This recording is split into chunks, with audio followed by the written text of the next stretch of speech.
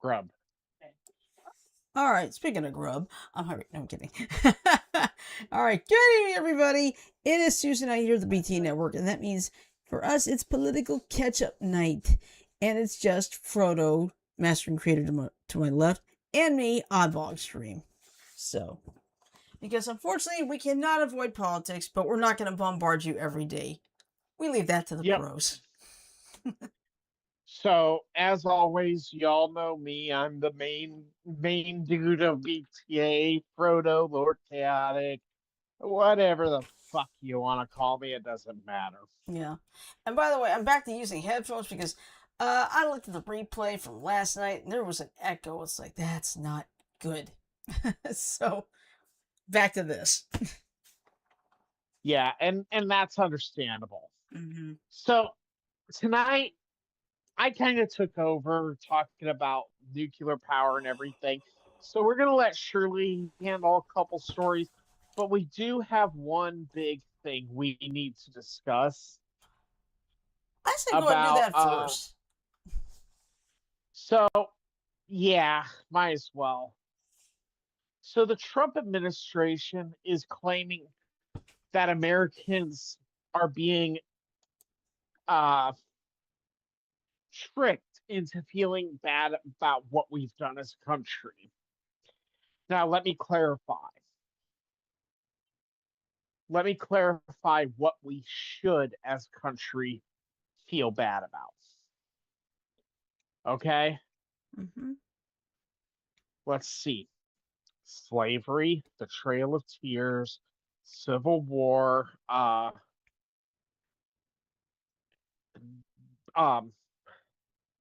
not allowing civil rights, segregation, disability, uh, exclusion, African American exclusion, women exclusion, LGBTQ exclusion. You get where I'm coming from here, right? Mm-hmm. We should feel bad about what this country has done to millions upon millions of people. Because guess what? The shit that has gone on in this country for the benefit of the white American is absolutely horrendous at times. Okay? Mm-hmm. So Trump decided to butt his greasy nose into reporting things that actually happened in this country.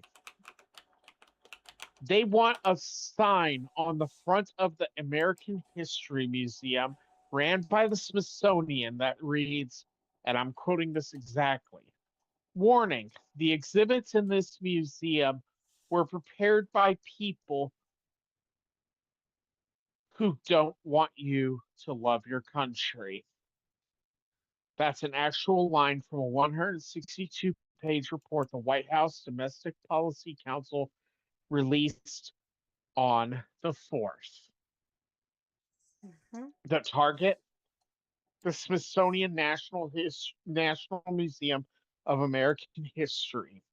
Its verdict, the museum has been captured by a, quote, radical activist ideology, end quote, and, quote, cannot be trusted to tell America's story honestly, end quote.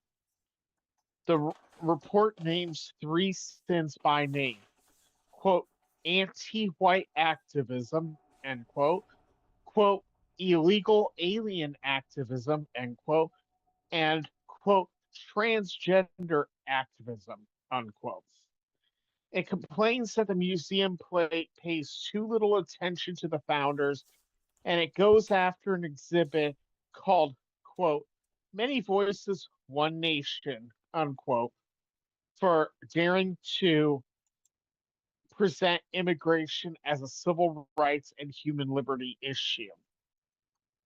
The man they are calling untrustworthy is Lonnie Bunch, the first Black American to lead the Smithsonian and the historian who built the National Museum of African American history and culture from the ground up. His crime, apparently, is scholarship.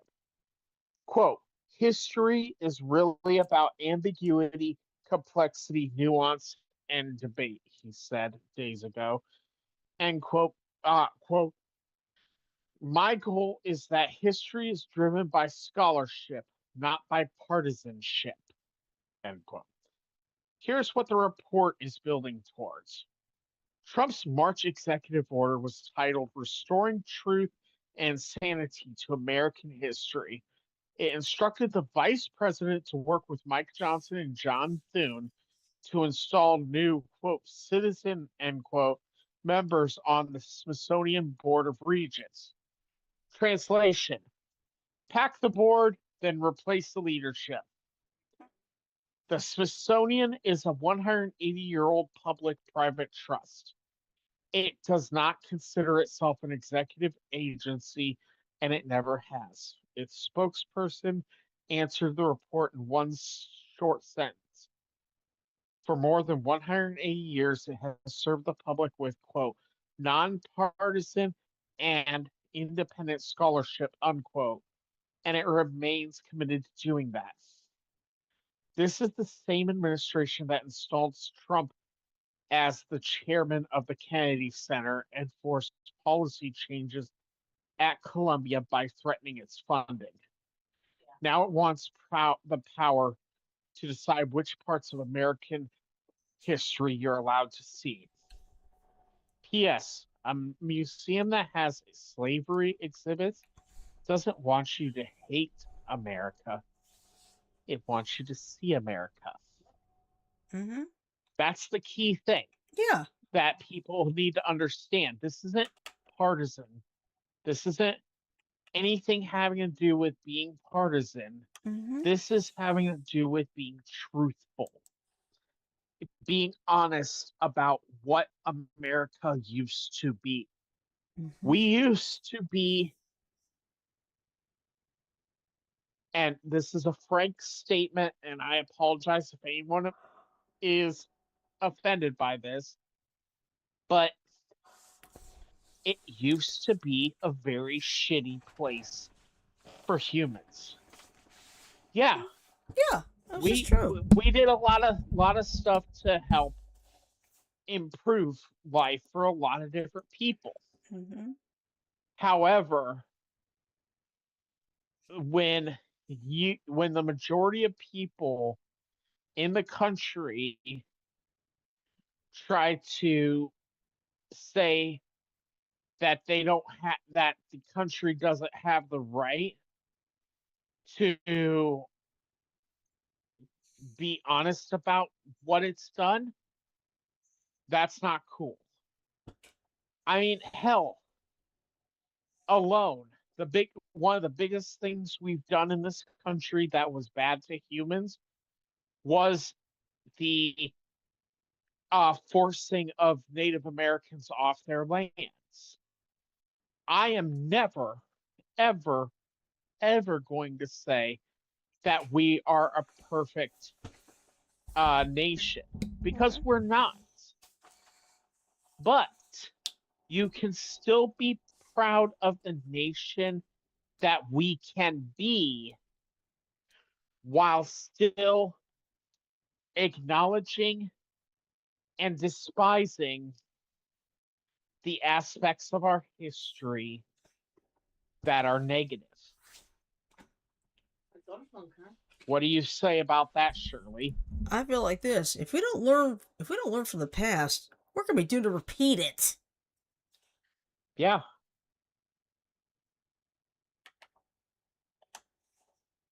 That's what that's saying. Those who fail to learn from the past will be doomed to repeat it. I mean, look at what we got. We've got the memorial here in Montgomery. That devoted to the victims of all those lynchings. Right? It's not a comfortable piece of history. It never will be. But guess what? We need it so we can learn from it.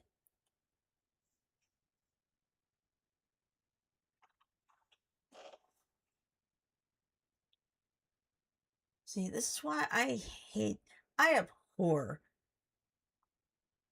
the current administration because it's like they want to whitewash everything.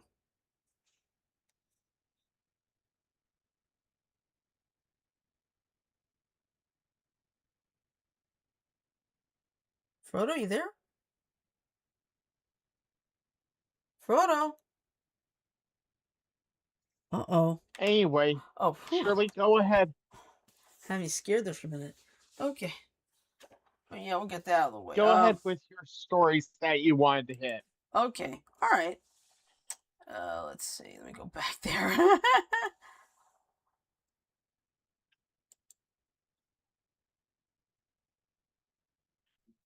Okay. All right. First one here. I think this is Chicago. Let's see. This story. Citrus Heights baby nursery destroyed by a firecracker, and juveniles are facing arson charges. And this was back on July 3rd. Except I don't know where Citrus Heights is. Let me see. Is Citrus Heights in California? Let me see. Yeah, it's in California. Okay. Just to make sure. Alright. Anyway, a Citrus Heights family is starting over after their baby nursery was destroyed by a firework thrown into their home by juveniles, according to police. It happened on June 30th, just days before the 4th of July, and less than 2 weeks until the baby's due date. The mom-to-be, Leslie Morgan, says she wasn't home at the time of the fire, but was alerted to the chaos by a notification on her security camera. A neighbor spotted the fire and smoke coming out of the home and was signaling the camera. The only person at the home was dad-to-be, Anthony Cadena, who was alerted to the smoke and used a hose outside the home to put out the fire through the window until Sacramento Metro Fire arrived. What they didn't know at the time of the incident What they didn't know at the time was that the incident wasn't an accident, as two teens were caught on security camera lighting the firework and throwing it into the home.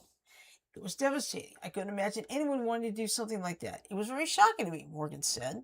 She recognized the teens immediately. She said the girls bullied her daughter and had made attempts to fight. Citrus Heights police are investigating the fire and confirmed to CBS Sacramento that 3 juveniles have been arrested on charges related to the incident. The charges include multiple felonies like aggravated arson, burglary, and conspiracy.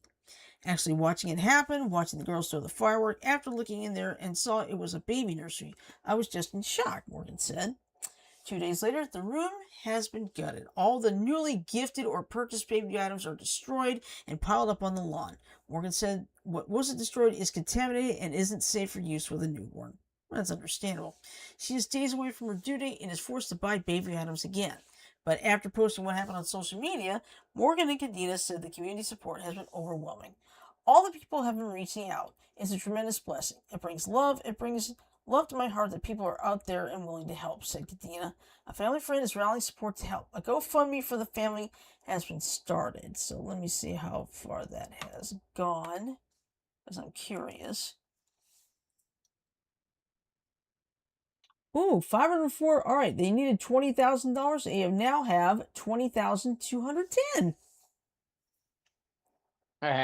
Yay!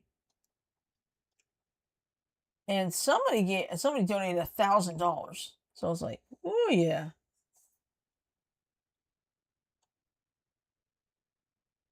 But I hope those girls who did this face some serious justice, because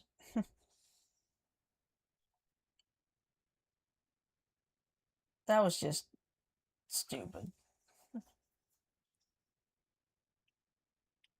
So that was story number 1. Yep. Now, story number 2, if I can find it.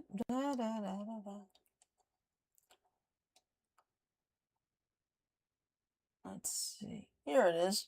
All right. We got a guy who survived the Midland, Texas mass shooting, and he ended up getting fired from his job. So, oh, Jesus. Yeah. Mm-hmm. So, I thought I was going to die. Midland mass shooting survivor details painful recovery. After being shot in the Midland mass shooting and spending time in a medically induced coma, one man says he also lost his job while recovering.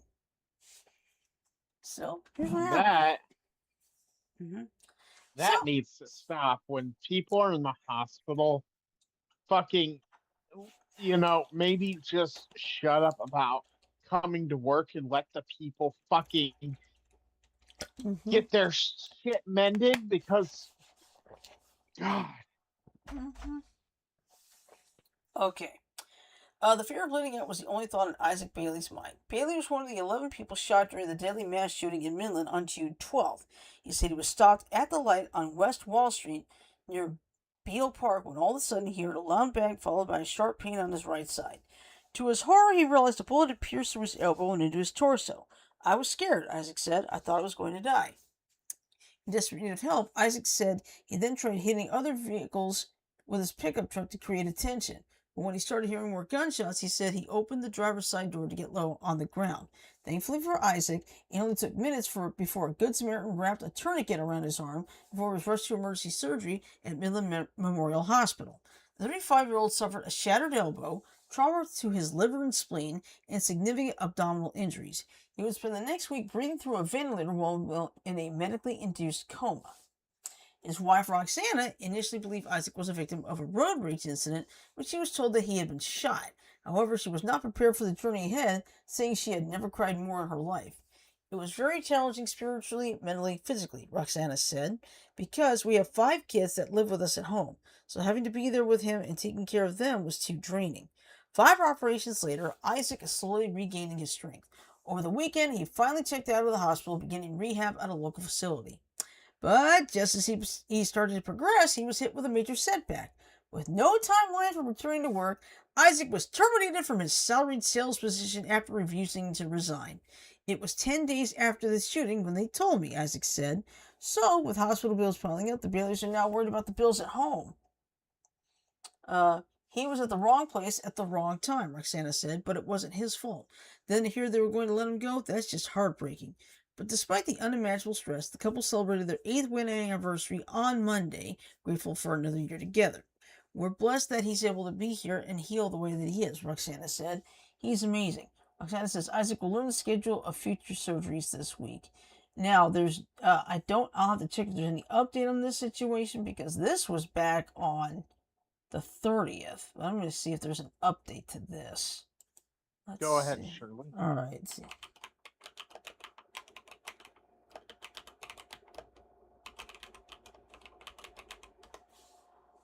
Okay.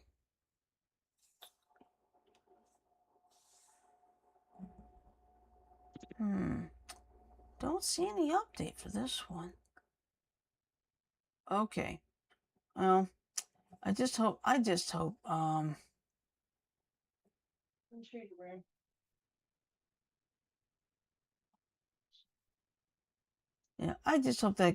just hope Isaac Bailey gets a lot of support. I have a feeling he probably is. They're just not saying anything yet, which that's okay. That's fine.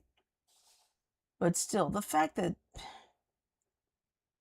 he got fired while recovering, come on. I'm like, what planet are you on, people?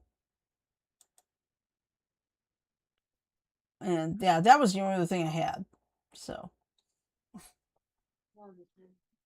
What? So, there's been a lot of stuff going on. Sometimes it's way too much to keep up with. But I will say this. Uh, we definitely need to hit on the Mitch McConnell thing. Yeah. Or as I like to call Now, it, the Mitch McConnell mystery.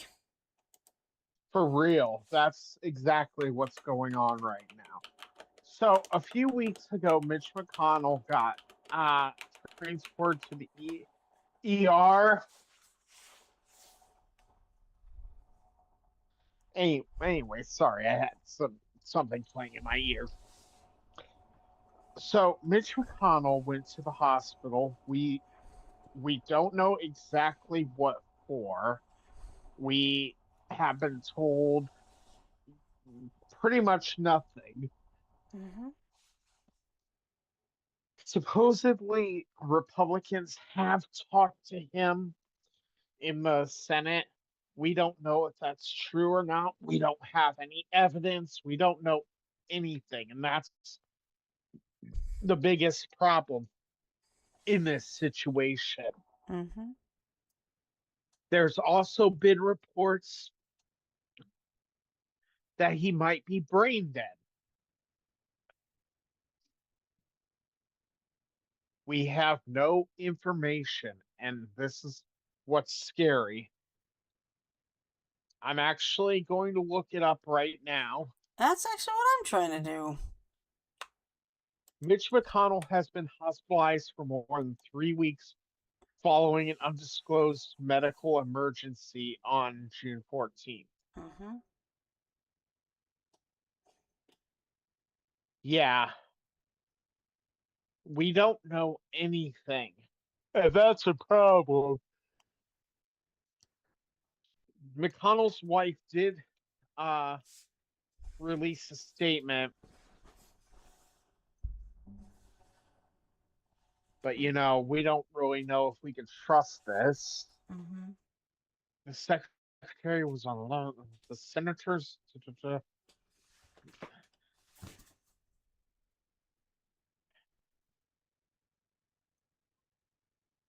Yeah, there's no. It's a nothing burger, and that's a problem because Yeah. when we have House senators and representatives, we really need to start having people inform us of what the fuck's going on. Would you agree? Can you repeat what you just said? Because I had to plug in my headphones. Because it's dying. Huh. I said we need to get everything figured out because we need to know where McConnell is, Mm-hmm. what's going on. Mm-hmm.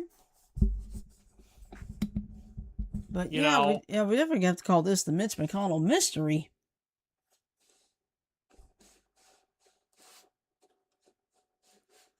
yeah, for real.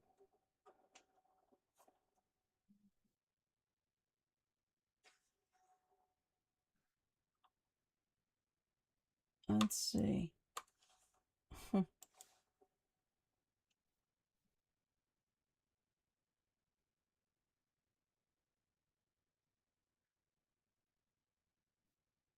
So yeah, um, uh,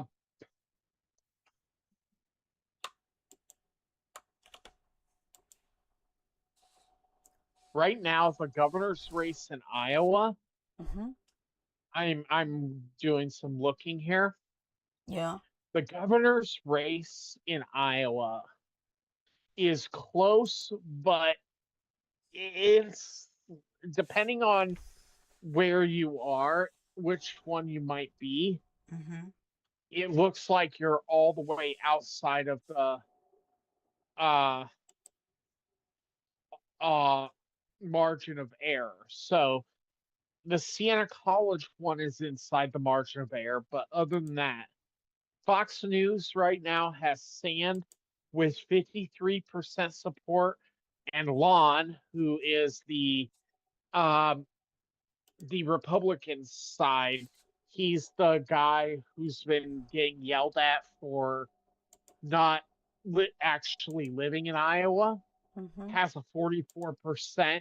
That poll has a plus or minus 3% margin of error out of 1,003 respondents. Siena College's 600 respondents plus 5% margin of error puts Sand up by 1%, 48 to 47%.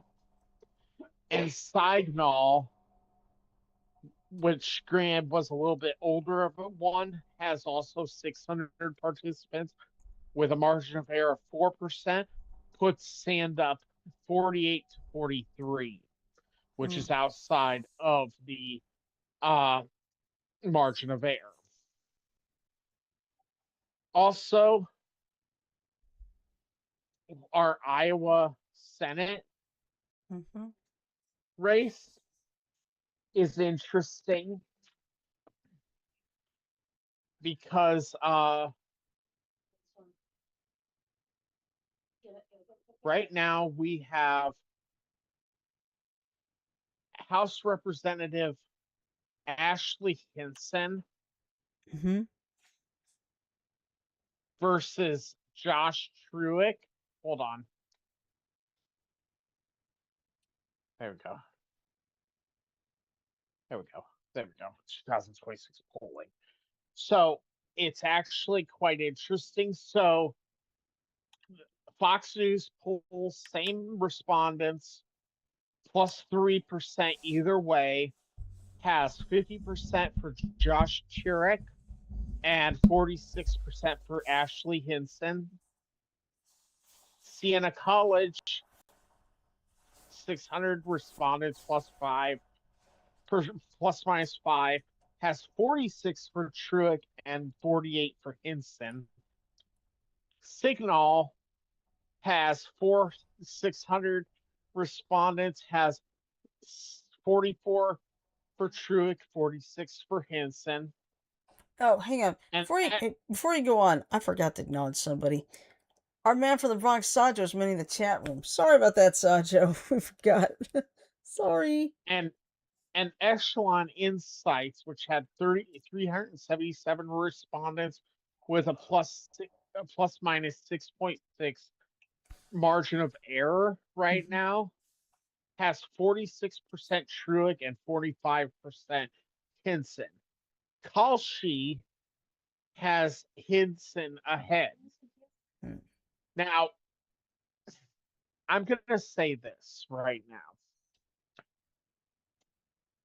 Hinson, for any Iowans that listen, I'm not going to tell you how to vote.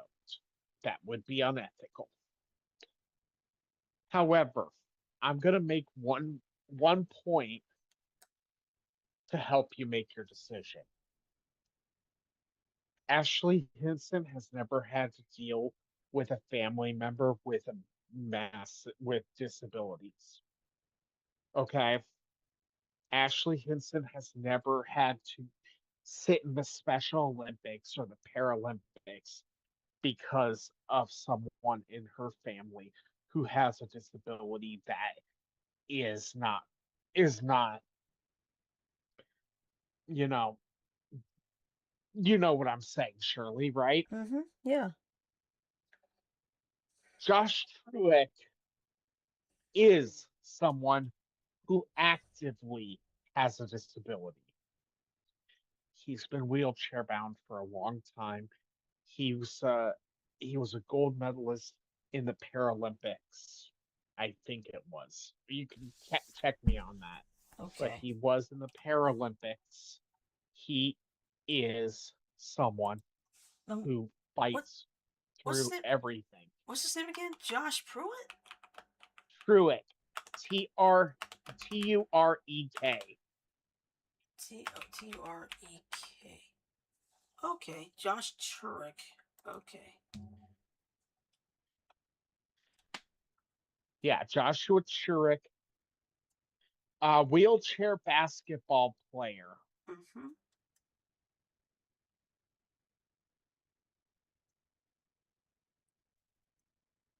Paralympic gold medalist. Yeah.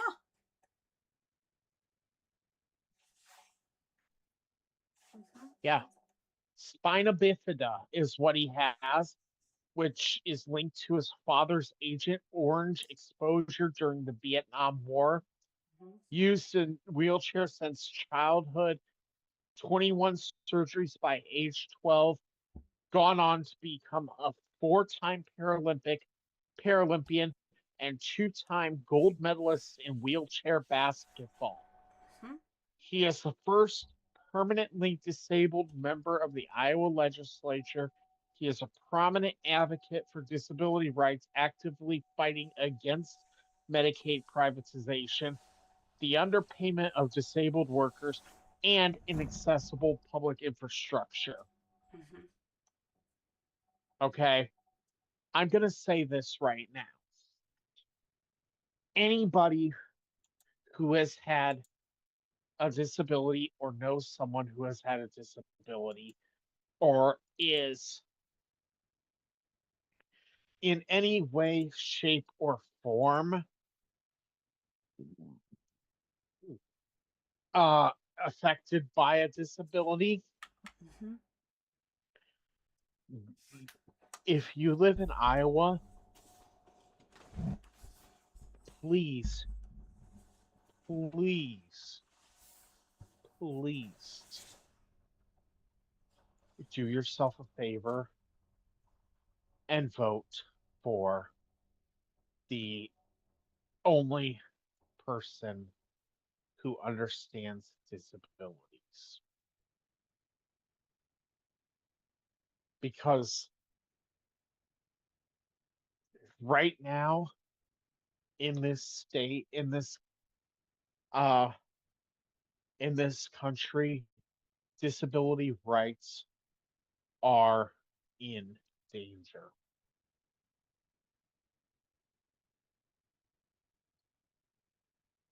Would you agree with me, Shirley? Mm-hmm. It's like I'm not. I mean, something I'm a little surprised at here. I haven't seen a lot of political ads between like you know for all the races so far.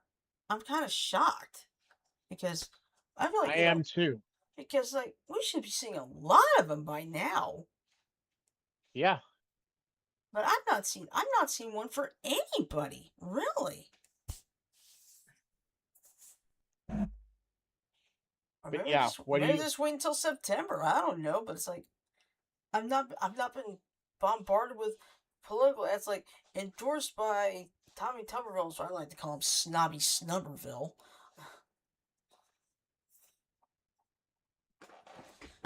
You haven't seen. I'm surprised I've not seen anything yet. But then here's the thing: I don't have cable anymore either, so that might be part of the reason. But I'm surprised I haven't heard anything on the radio. Nothing for yeah, for any real. candidate. For any candidate whatsoever.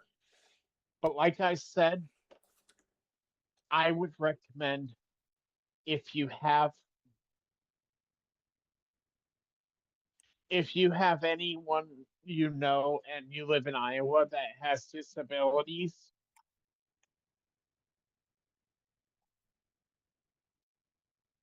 all right, hold on, Shirley. Okay. I got a weird knock. Hold on. Okay.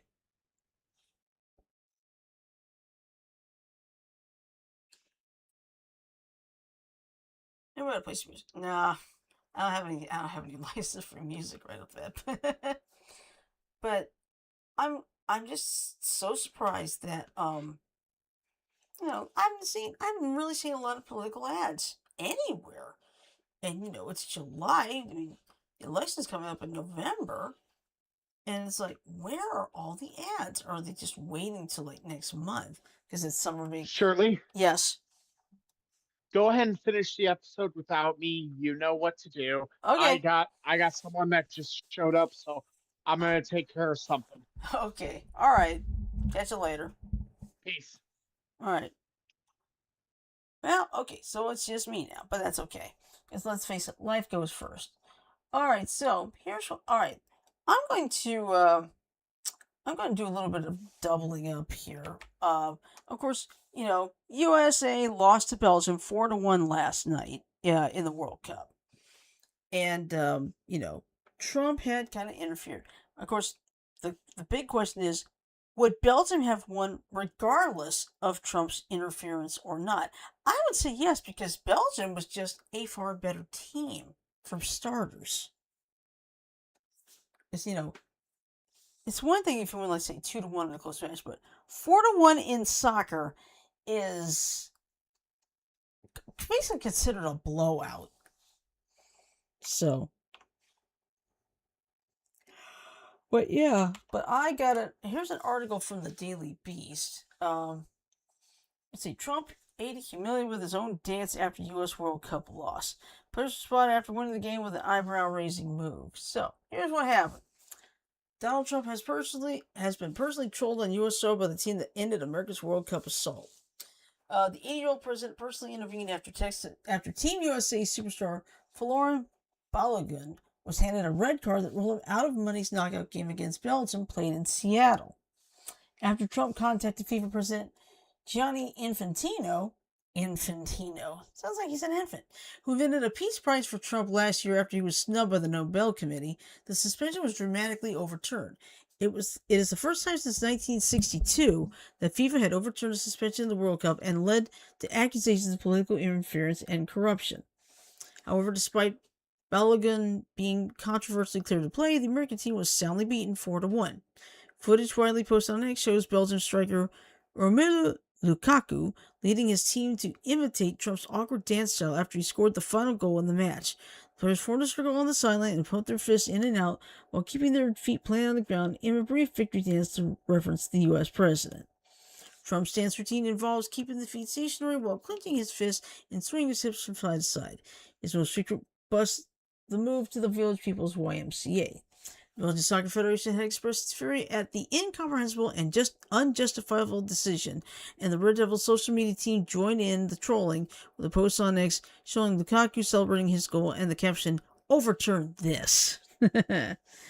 Let's see. The president was also mocked for his estranged... The president was also mocked by his estranged niece, Mary, after the World Cup loss, as the term Trump curse began trending on X. The best U.S. men's team ever loses to Belgium, Mary posted on X. If they had advanced, there would have been an asterisk next to their victory because of Donald's interference. She added, he casts a shadow over everything. He can only win if he cheats, and he thinks that applies to everybody else. She ended her post by imitating her uncle's regular send-off. Sad. Excuse me. And I need some water. My mouth's drying out. Excuse me. Mmm. Mm.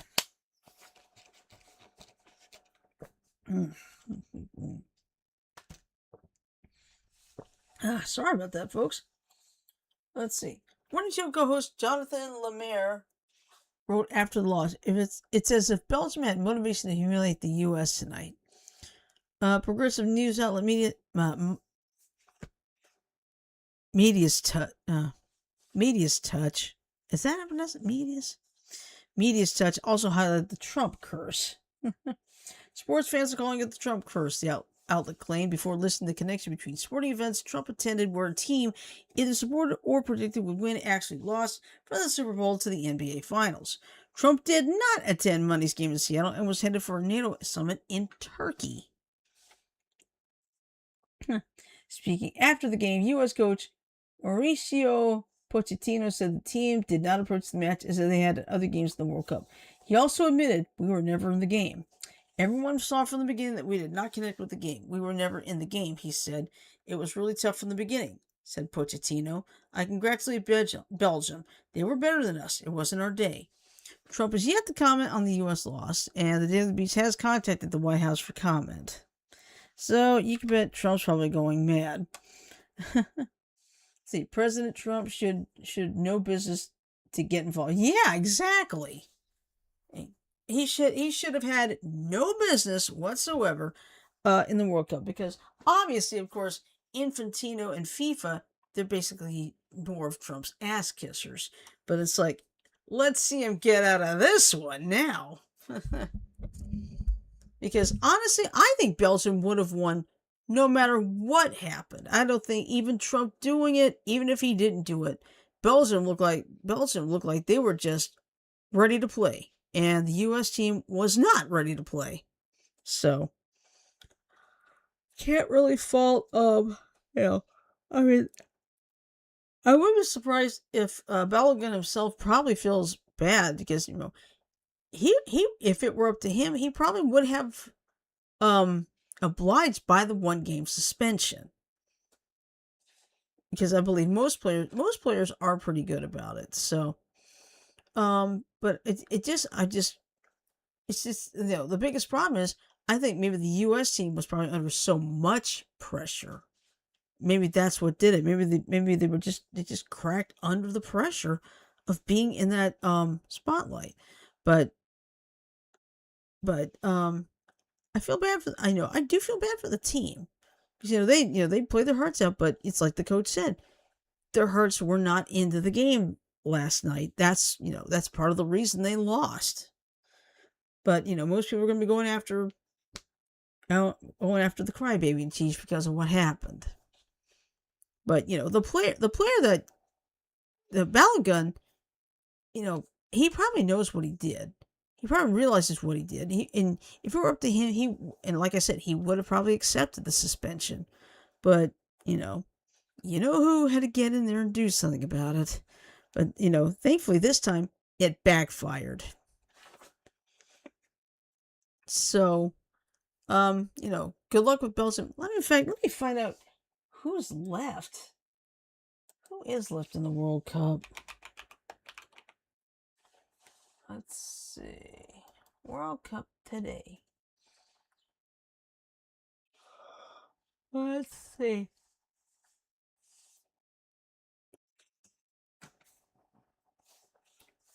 Let's see. I'm just trying to find scores here. Let's see. Argentina beat Egypt 3-2, and Switzerland sent Colombia home, winning 4-3 in the penalty kicks. So, let me see. No, I don't want to see that part. Oh, no games, huh?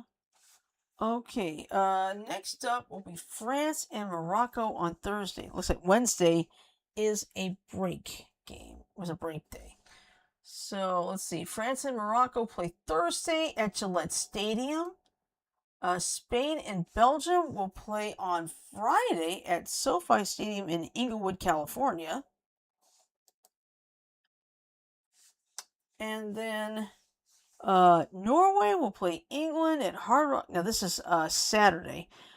Or is this? Yeah, Saturday. Norway and England will play at Hard Rock Stadium in Miami Gardens, Florida. Argentina and Switzerland will play at Geha Field at Arrowhead Stadium. That's in Kansas City. And let's see, no games there. Quarterfinal 1, quarterfinal 2. Okay, when is the last game anyway? Let's see. No.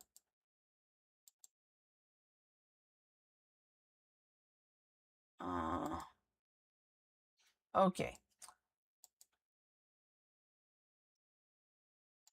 I got back here. All right, so the next game is Thursday. That's it. So we have a nice, interesting setup for the quarterfinals, which I think is good. I think we're gonna be in for a good excuse me, sorry.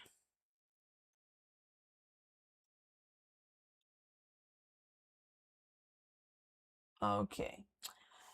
All right. I really don't have anything else at this point, but I'm just gonna say this: no matter what happens at the World Cup, let's just enjoy it for what it is. I mean, soccer is really the world's game. Now, of course, in other countries it's called football, but the problem is here, if we call it football, it gets confusing with our version of football. So when you have a football over, like, say, Europe, they have to call it American football. Otherwise, it'll get really confusing.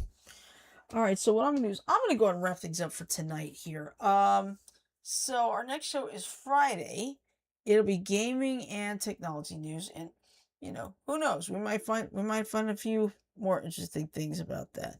But at least I got to do my stories tonight, so that makes up for it. But I seriously hope those 3 girls face some serious punishment for what they did, because the mother and the baby could have been there, whole family could have been there, but thankfully it only messed up the nursery. But thankfully that family is getting help. All right, so next thing now is I'm gonna play the ending. So hang on for 15 seconds.